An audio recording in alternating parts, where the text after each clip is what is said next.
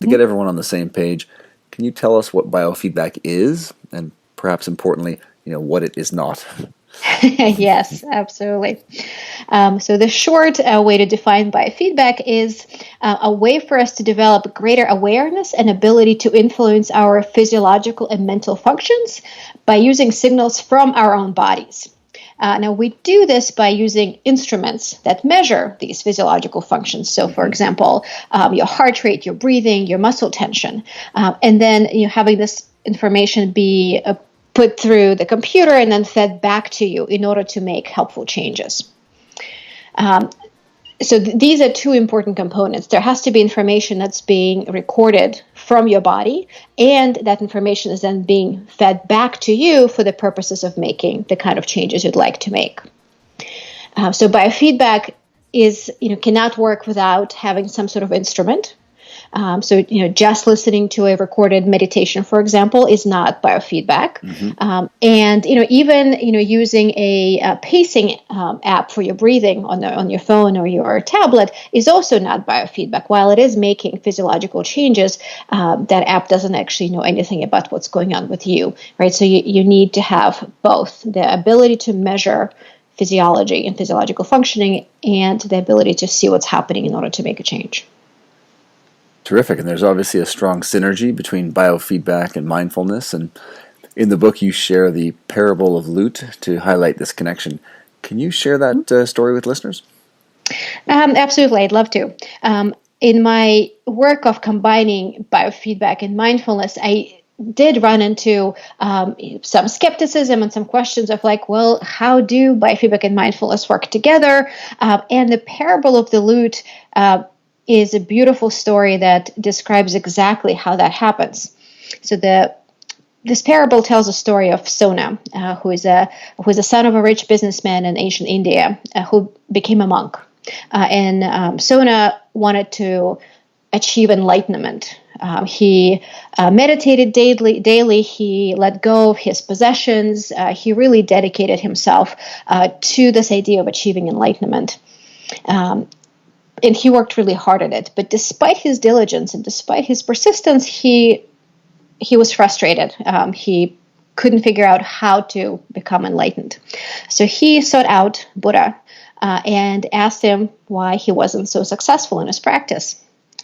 And Buddha, knowing that Sona is actually a skilled lute player, asked Sona, are you not a skilled player of the lute? And Sona answered yes. And Buddha then asked Sona, when you play the lute and its strings are too tight, can you play the lute easily and can you play it well? And Sona said, no, it doesn't work very well. So then the Buddha went on, but when the strings of the lute are too loose, and can you play the lute easily and tunefully? And again, Sona said, no, it doesn't work very well. Then Buddha asked again, but when the strings of the lute are adjusted just right, not too tight, not too loose, how does the lute sound then? And Sona said, yes, that's when I can play it really well. So then Buddha went on to say, Sona, just like the strings of the lute, if you strain too hard to try to achieve your goals by force, you will fail. But if you don't try at all, you will fail too. So the answer is to find the balance between having a sense of purpose and moving towards it and exploring the moment the way it is.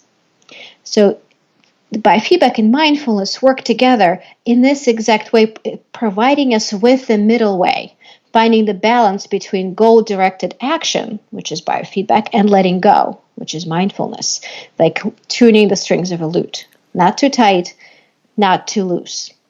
Yeah, it's such a great story because it's easy for folks to really appreciate that and musical element of tuning and feeling like they're out of tune and having potential strategies to be able to increase resilience and be able to more easily cope with all the different stressors and demands in their life. And of course, in the book, you talk about how biofeedback enhances mindfulness and how on the flip side, mindfulness also enhances biofeedback. Can you talk a little bit about that? Absolutely. let me start with talking about how mindfulness enhances biofeedback. That was my first introduction to combining the two.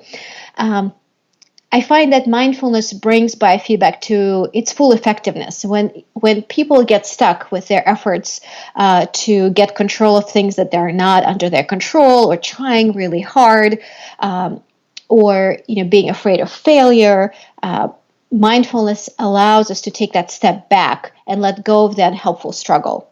And then one of the most important skills in biofeedback is to allow these changes to happen instead of trying to force them to happen. And mindfulness allows you to do just that. It allows you to make these mindful changes. Again, you're coming back to that parable of the lute, not too tight, not too loose. You're not trying hard, you're not trying too hard, but you're also not just letting things be how they are. So you're making changes, but you're making them in a mindful way. Then mindfulness also allows us to become more aware of what's going on with our body, which is so important in biofeedback. Mindfulness skills allow us to regulate our emotions better, allow us to work with things that often get in the way of biofeedback success. So things like automatic reactions to the present moment, attempts to control the situation that's not under control, and then, of course, judgment of ourselves if we don't quite achieve our goals. So mindfulness allows us to let go of all of that and focus on making the kind of changes that are under our control and the kind of changes that we'd like to make. And then on the other hand, biofeedback also enhances mindfulness. One of the biggest ways is biofeedback allows us to be mindful of things that people might fundamentally be resistant to be mindful of. So, for example, if someone has panic attacks or very severe pain, right? Telling them, well, just be mindful of that experience will often produce a response of no way, I'm not doing that. Exactly.